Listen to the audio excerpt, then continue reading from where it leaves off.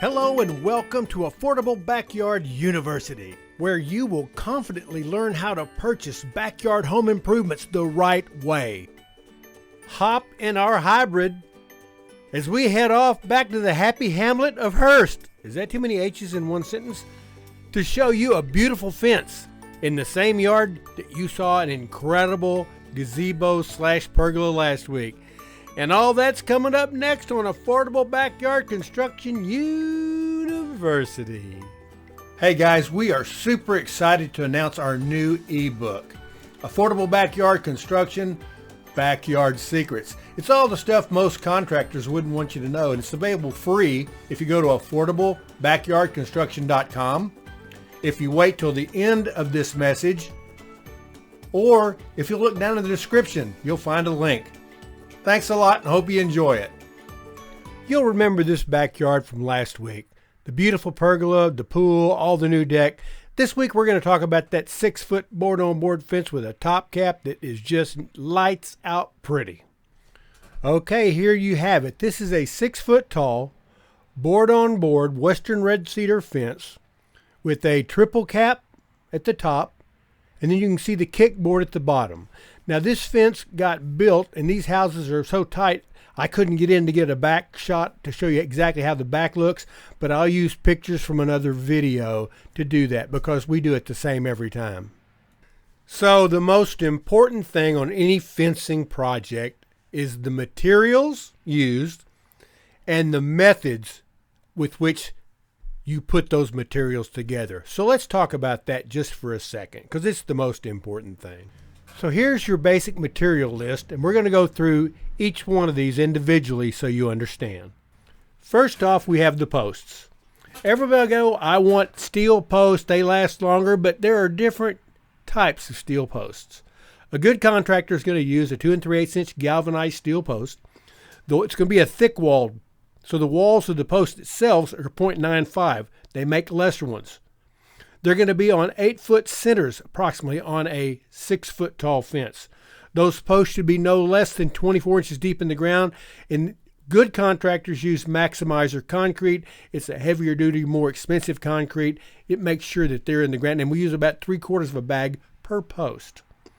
That kickboard at the bottom of the fence is very important. That's the only part that touches the ground, and you'll see what I mean when we get to the other side. That is a 2x6 retaining wall board. And what that means, when you go through a neighborhood like this where you see they've got 5 or 6 of those boards stacked up, they've got a pool in that backyard, they've leveled the backyards, those boards are meant to be in the wet dirt for 30 years. A lot of unscrupulous guys will use a regular white pine 2x6, stain it where it looks like it's a treated board, and then put it down. So make sure that's specified in your specs from your vendor. Next thing is the 2x4 western red cedar nailer rails. That's the 2 horizontal rails you see in the middle of the fence and at the top that the pickets are nailed to.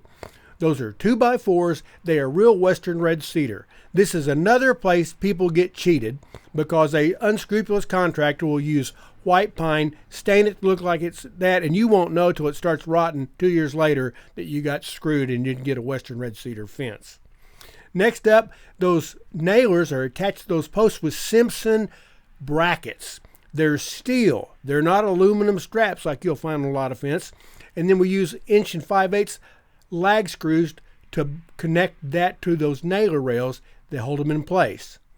The pickets themselves are western red cedar. They're 1x6s, and they're held to those nailer rails with stainless steel ring shank nails. That is a nail that's got a thread like a screw.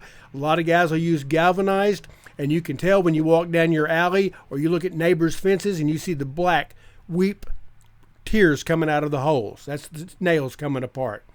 And this happens to be a stepped fence, and you can see how you see it's higher, then it drops down a level, then it drops down another level back on the alley.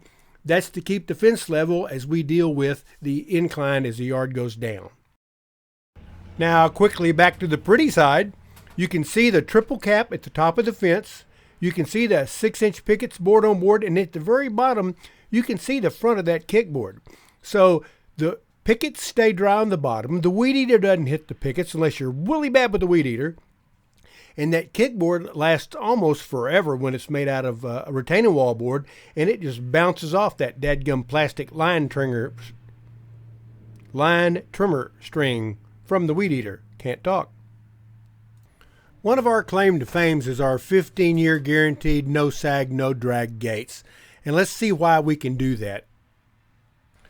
First thing you'll notice is there are 2 posts on either side of that gate system to make sure it's rigid and the weight doesn't get to it. Next thing is the gate doors with a wood frame only are never any more than 48 inches each. So that opening is 8 foot wide.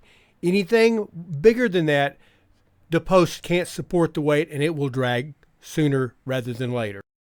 So let's go to the front side of this gate. First off, you'll notice that it is held up by 3 heavy-duty hinges on either side, not 2. If you go through your neighborhood, you'll notice that all those saggy gates have got 2 hinges. Always 3. Let's take a second and talk about that good-looking triple cap. You've got a 2x6 that sits on top.